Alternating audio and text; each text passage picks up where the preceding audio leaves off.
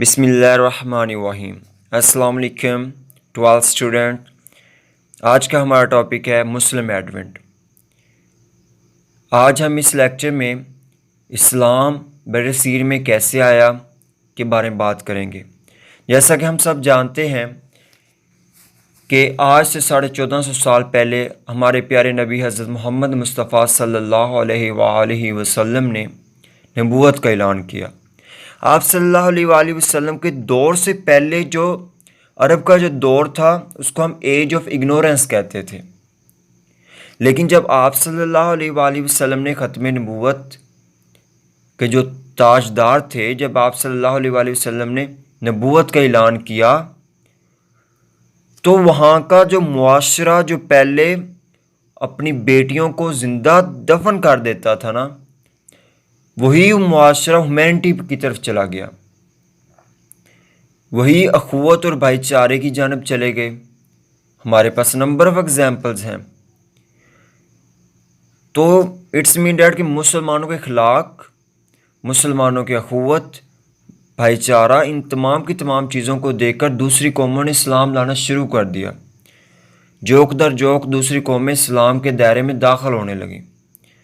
سعودی عرب کے لوگ تھے، وہ تجارت کرتے تھے، تجارت کے سلسلے میں مختلف شہروں کا رخ کرتے تھے، شام، ایران، عراق اور انڈیا بھی آتے تھے سمندر کے راستے سے۔ تو جب سعودی عرب کے لوگ مسلمان ہو گئے، ان کے اخلاق بہتر ہو گئے، تو تجارت وہ پہلے کرتے تھے، اپنے کپڑے کلین جو بھی سامان تھا وہ پرچیز کرتے تھے، یہاں سے مسالے لے کر سعودی عرب واپس چلے جاتے تھے۔ تو جب وہی ٹریڈر جو مسلمان ہو گئے سعودی عرب میں اور یہاں آئے، یہاں کے اخلاق کو دیکھ کر یہاں کے ہندوؤں نے اسلام لانا شروع کر دیا۔ یہاں کے ہندو مسلمانوں سے متاثر ہونا شروع ہو گئے۔ تو یہ تو تھے ٹریڈ ریلیشن۔ اوکے، نیکسٹ ہم بات کرتے ہیں causes of invasion of Sindh, کہ سندھ پر حملہ کیوں کیا گیا۔ سندھ پر ایکچولی حملہ کرنے کی ایک ریزن تو یہ تھی کہ سیلون میں، جس کو ہم سری لنکا کہتے ہیں، وہاں کے بادشاہ نے، وہاں کے ایڈمنسٹریٹر نے خلیفہ کے لیے، الولید کے لیے اور حجاج بن یوسف کے لیے انہوں نے کیا بھیجا؟ تحفے بھیجے، کیونکہ مسلمان یہاں سے سعودی عرب سے انڈیا سری لنکا تجارت کرتے تھے، اور وہاں جو ان کا کچھ تاجر حضرات شہید ہو گئے تھے، کچھ تاجر حضرات فوت ہو گئے تھے، تو انہوں نے جو سیلون کے گورنر تھے، جو سیلون کے بادشاہ تھے، انہوں نے کیا کیا کہ انہوں نے ان تاجر حضرات کی بیٹیوں کو اور ساز و سامان کے ساتھ اور قیمتی تحائف دے کر ایک شپ بھیجے، جہاز بھیجے، جن جہازوں کو سمندری لٹیروں نے دیبل کے مقام پر، دیبل کے نزدیک لوٹ لیا، اور یہ دیبل کا علاقہ، سندھ کا علاقہ راجہ دائر کی گورنمنٹ میں تھا۔ جب اس بات کا علم حجاج بن یوسف کو ہوا تو اس نے ایک آفیشیل خط لکھا راجہ دائر کو کہ یہ تمام ساز و سامان، تمام عورتیں آل گفٹس ریٹرن کر دی جائیں، ان لٹیروں سے، ان قزاقوں سے لے کر دوبارہ واپس کر دی جائیں، تاکہ یہی جہاز خیر و عافیت سے اپنی منزل کی طرف رواں دواں ہو سکے۔ لیکن اس راجہ دائر کا یوناؤ کا جواب کیا تھا؟ اس نے یہ کہا کہ میرا ان لٹیروں پر کوئی کنٹرول نہیں ہے، اور تنزیہ یہ بھی کہا کہ اگر آپ اپنی فوج کے ذریعے ان پر حملہ کرنا چاہتے ہیں، اپنی فوج کے ذریعے لینا چاہتے ہیں تو لے لیں۔ اٹس مین ڈیٹ کہ اس نے مسلمانوں کی پاور کو للکارا، تو جس کی بنا پر مسلمانوں نے سندھ پہ انویژن کیا، سندھ پہ حملہ کرنے کی کوشش کی۔ پہلے تو جو حجاج بن یوسف تھا اس نے 2 حملے کروائے، 2 دفعہ لشکر بھیجے، لیکن ان لشکر کا جو رزلٹ تھا وہ اتنا فروٹفل نہیں تھا۔ لیکن بعد میں حجاج بن یوسف نے کیا کیا؟ اس نے اپنے بھتیجے حجاج بن یوسف کو، جو کہ اس کا بعد میں دماد ہونے والا تھا، اس کو بھیجا۔ اس کی سربراہی میں اس نے لشکر بھیجا کہ وہاں کے دیبل میں حملہ کرے اور راجہ دیر کو شکست دے اور جو بھی ساز و سامان ہے وہ ریٹرن ہو۔ تو جس کی وجہ سے محمد بن قاسم کو ایکسپیڈیشن کیا گیا، وہاں بھیجا گیا، اور اس میں محمد بن قاسم 1000 سیریا کے اور عراق کے فوجی لیے اس نے، اور اس میں اس کی لشکر میں اونٹ تھے، اس میں 3000 اونٹ تھے، اور اس کے ساتھ کیا تھا، منجیک تھی جس کو 500 لوگ چلاتے تھے۔ اور یہ کہاں سے کیسے گئے؟ یہ مکران کے تھرو گئے دیبل کی طرف، اور مکران کے گورنر نے ان کو جوائن کیا اور اپنے فوجی اور اپنا ساز سامان بھی دیا، اور اس کے گرد و نواح میں جتنے بھی لوگ تھے جو ڈیفرنٹ ذاتوں سے تعلق رکھتے تھے، جٹ اور دوسرے لوگ، انہوں نے بھی محمد بن قاسم کا ساتھ دیا۔ حیرانی کی بات ہے کہ انہوں نے کیوں ساتھ دیا؟ انہوں نے ساتھ اس لیے دیا کہ وہ اپنے جو رولر تھے، جو ان پر حکومت کر رہے تھے، جو ان پر ظلم و تشدد کر رہے تھے، جو ان پر قابض تھے، وہ ان سے تنگ تھے، وہ ان سے آزادی چاہتے تھے۔ اس وجہ سے انہوں نے محمد بن قاسم کا ساتھ دیا۔ جب محمد بن قاسم دیبل پہنچے تو انہوں نے حیدرآباد کے نزدیک حملہ کیا، وہاں کے باشندوں کو اپنے ساتھ ملایا، راجہ دیر کے ساتھ لڑائی کی۔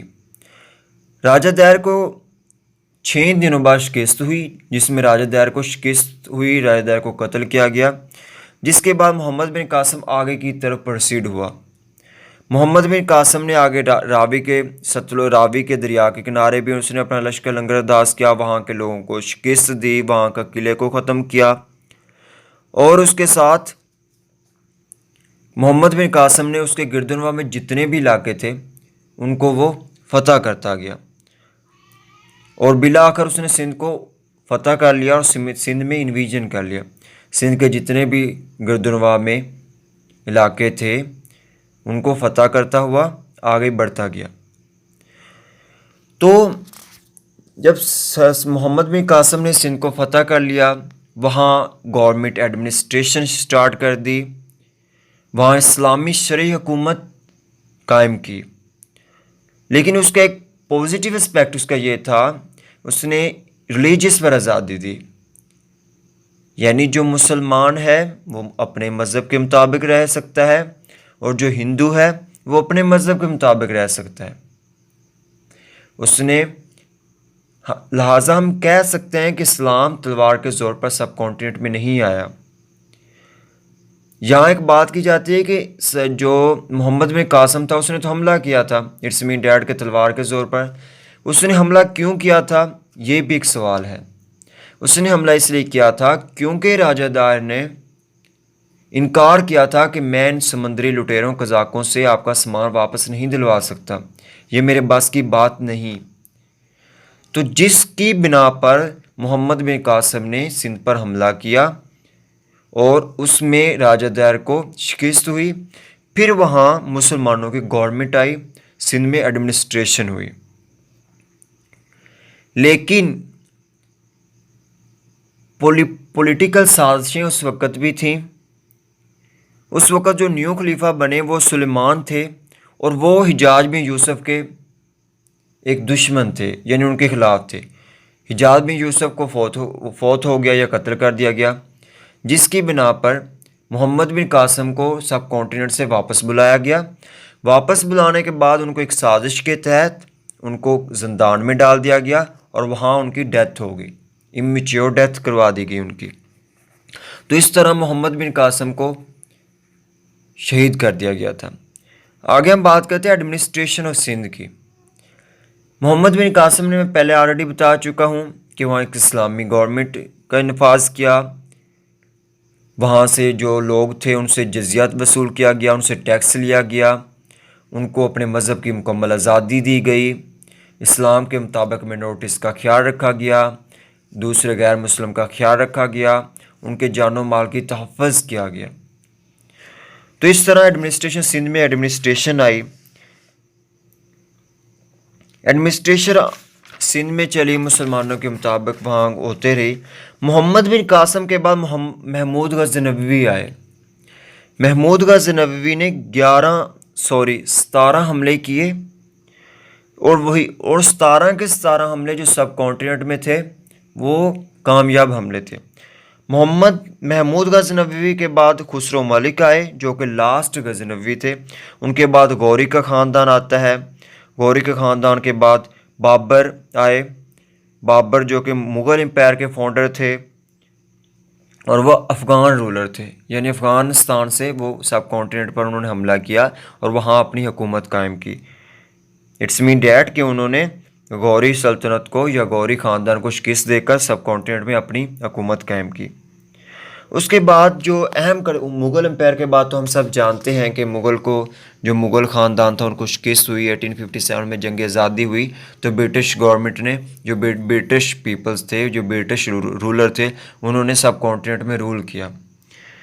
تو یہ تو تھا کہ اسلام آیا کیسے، گورنمنٹ مسلمانوں کی کیسے بنی، مسلم ایڈوینٹ سب کانٹیننٹ میں کیسے ہوا۔ لیکن یہاں ایک پوائنٹ قابل غور ہے کہ وہ کیا پرائم پوائنٹ تھے، وہ امپورٹنٹ پوائنٹ کیا تھے جن کی بنا پر اسلام یہاں آیا۔ فرسٹ آف آل میں پہلے بتا چکا، فرسٹ آف آل تو یہ ہے، میں اگین ریپیٹ کر رہا ہوں کہ جو ہندوؤں کی تنزلی تھی، ہندوؤں کو کاسٹ سسٹم تھا، شودر کو چھوت کہا جاتا تھا، اور اس کے بعد یہ تھا کہ مسلمانوں کا اخلاق بہت اچھا تھا۔ مسلمانوں کے اخلاق کو دیکھ کر وہ مسلمان جوک در جوک ہو گئے۔ اسلام کیا بات کرتا ہے؟ اسلام ایکویلٹی کی بات کرتا ہے، لیکن ہندوازم میں سپیرٹی اور انفیریٹی کا کنسیپٹ پایا جاتا ہے۔ تو اس وجہ سے جو شودر تھے، وہاں کے جو چھوت تھے، وہ اسلام میں کنورٹ ہو گئے۔ تو اس طرح اسلام تیز سے پھیلنے لگا۔ اور جو تھرڈ پوائنٹ ہے وہ یہ ہے کہ یہاں کے صوفیاء اکرام اور علماء اکرام کا بہت ہاتھ ہے۔ اگر ہم داتا گنج بخش کی بات کریں، بابا فرید کی بات کریں، خواجہ معین الدین چشتی کی بات کریں، تو اس طرح کے بہت سے ولی اللہ گزرے ہیں جنہوں نے اسلام کو پھیلایا ہے۔ خواجہ معین الدین اجمیری کی بات کی جائے تو اٹس مین ڈیٹ کہ سب کانٹیننٹ میں اسلام ایک تگ و دو، محنت اور مسلمانوں کے اخلاق کی وجہ سے آیا ہے، یہی وجہ ہے کہ آج 22 کروڑ مسلمز پاکستان میں ہیں، بنگلہ دیش میں بھی میجورٹی مسلم ہے، وہاں مسلم گورنمنٹ ہے، اور انڈیا میں 20 کروڑ سے زائد مسلمان آباد ہیں۔ تو اس طرح تو مسلم ایڈمنسٹریشن ہوئی، سب کانٹیننٹ میں مسلمان آئے، انہوں نے اپنی حکومت قائم کی اور اسلام کے طور طریقے پر چلے۔ لیکن جب انہوں نے اسلامی تعلیمات کو بھلا دیا تو 1857 کی جنگ آزادی کی شکست کا سامنا ان کو کرنا پڑا۔ اس کے بعد پھر جب مسلمانوں نے اپنا مقام پر پہچانا تو 1947 میں ایک آزاد مملکت حاصل کی۔ تو یہ تو تھا آج کا ہمارا lecture Muslim advent. I hope کہ آپ نے اس لیکچر کو بہت اچھے طریقے سے انڈرسٹینڈ کیا ہوگا اور انجوائے کیا ہوگا۔ اگر پھر بھی آپ کو کوئی کنفیوژن یا کوئی پرابلم ہو تو آپ پوچھ سکتے ہیں۔ اپنا بہت سا خیال رکھیے گا، ہنستے رہیے گا، مسکراتے رہیے گا۔ اللہ حافظ۔